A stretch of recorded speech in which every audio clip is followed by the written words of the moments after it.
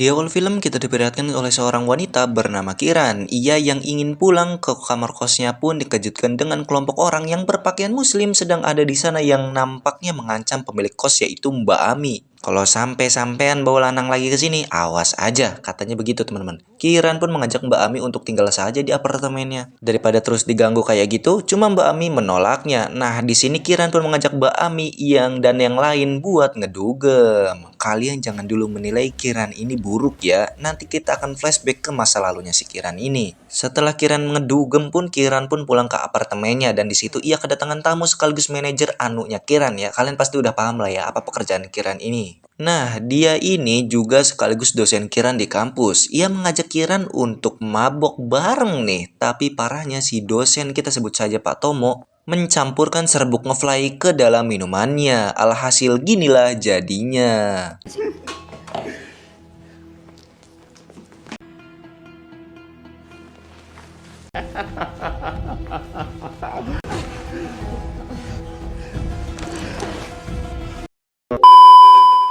Udah ya, jangan dilanjutin, memang gak ada lanjutannya. Kita pun dibawa ke masa lalunya Kiran nih. Nah, yang dimana dia itu adalah mahasiswi yang sangat taat pada agama, bahkan dia selalu ikut kajian keagamaan. Bahkan Pak Tomo pun belum kenal Kiran saat itu.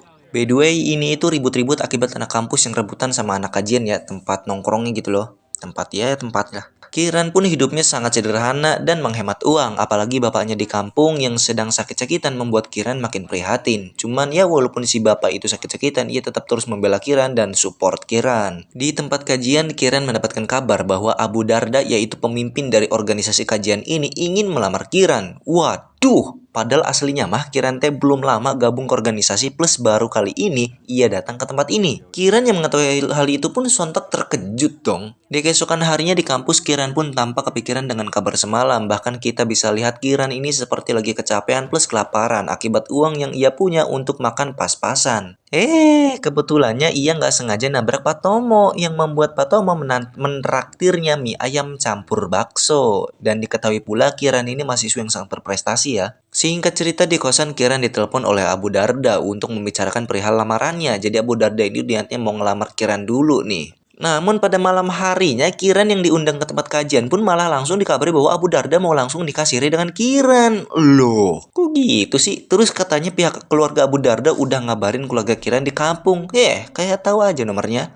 Kiran yang mengetahui hal itu pun sontak kaget dong. Udah mah Abu Darda tuh udah punya 2 istri lagi. Dan ya Kiran ya nggak mau lah ujung-ujung nikah aja, cinta aja nggak. Kiran yang ingin membuktikan bahwa Abu Darda pernah menelponnya pun HP-nya malah dilempar oleh Abu Darda itu. Kini Kiran pun diburu oleh pasukannya Abu Darda, entah mau diapain. Tidak sampai situ saja, bahkan beredar fitnah di media sosial bahwa Kiran itu memfitnah Ustadz Abu Darda. Aduh, membalikan fakta ini nih si Darda nih. Udah mah ada foto Kirannya lagi. Aduh, parah sih ini Abu Darda. Padahal makan dia yang nggak bener kan ya. Mbak Ami yang mengetahui hal itu dan tidak mau Kiran kenapa-napa pun langsung membawa Kiran ke kosan dia yang lainnya. Ya walaupun tempatnya kecil tapi cukup untuk melindungi Kiran dari buruan pasukannya Abu Darda.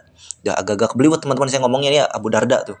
Di keesokan harinya tiba-tiba ada yang mengetuk kamar Kiran. Kirain Mbak Ami. Ternyata itu adalah Darul, yaitu sama-sama anak kajian. Tapi dia beda nih, Darul itu tidak ikut memburu Kiran, dia justru ingin melindungi Kiran karena ia sadar bahwa yang dilakukan oleh Abu Darda itu salah. Kiran pun mulai mempercayai Darul sebagai teman, alhasil mereka pun makan mie ayam bareng.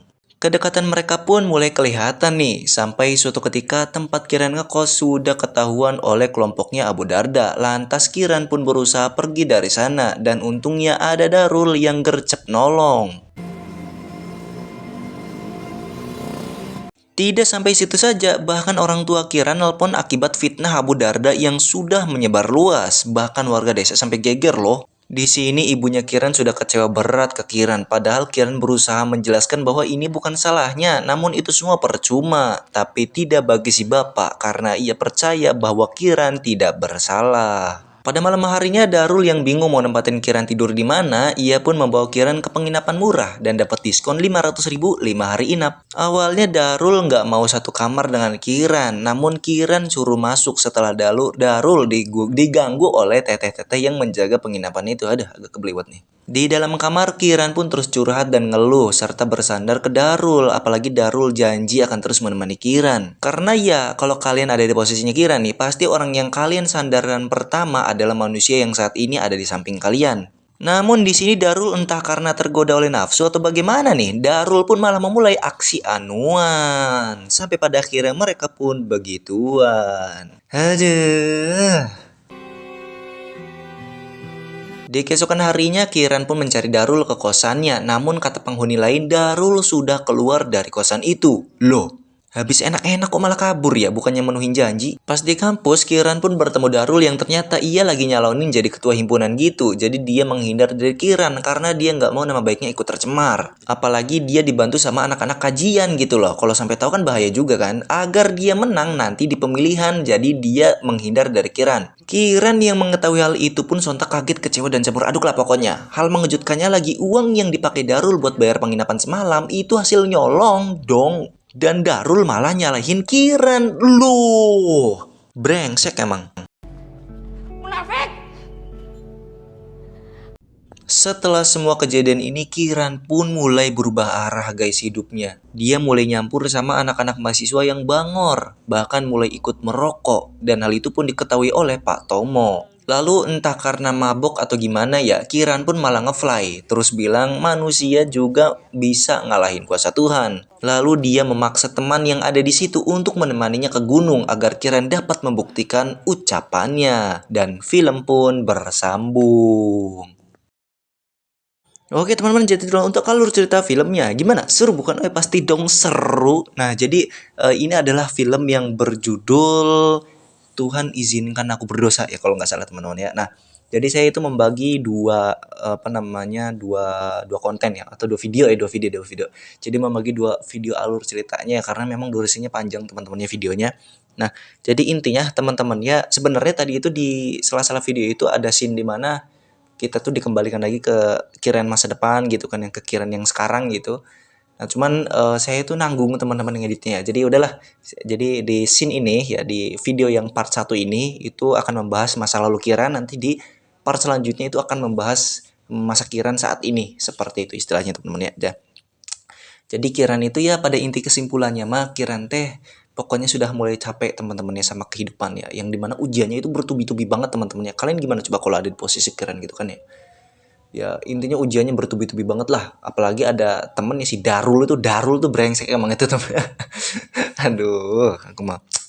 Ya intinya seperti itulah ya. Jadi Kiran itu sudah mulai salah arah. Jadi seperti itu teman-teman ya. Ya entah salah arah atau memang ada rencana lain oleh apa yang direncanakan di Kiran ya entah teman-teman ya. Oke, kita akan menyaksikan part keduanya karena nanti jawabannya itu ada di part kedua teman-teman ya. Kenapa Kiran memilih jalan itu? Seperti itu teman-teman. Oke, mungkin itu saja untuk alur cerita film kali ini. Kurang lebihnya mohon dimaafkan teman-teman ya. Dan terima kasih telah menyaksikan videonya sampai selesai. Wassalamualaikum warahmatullahi wabarakatuh.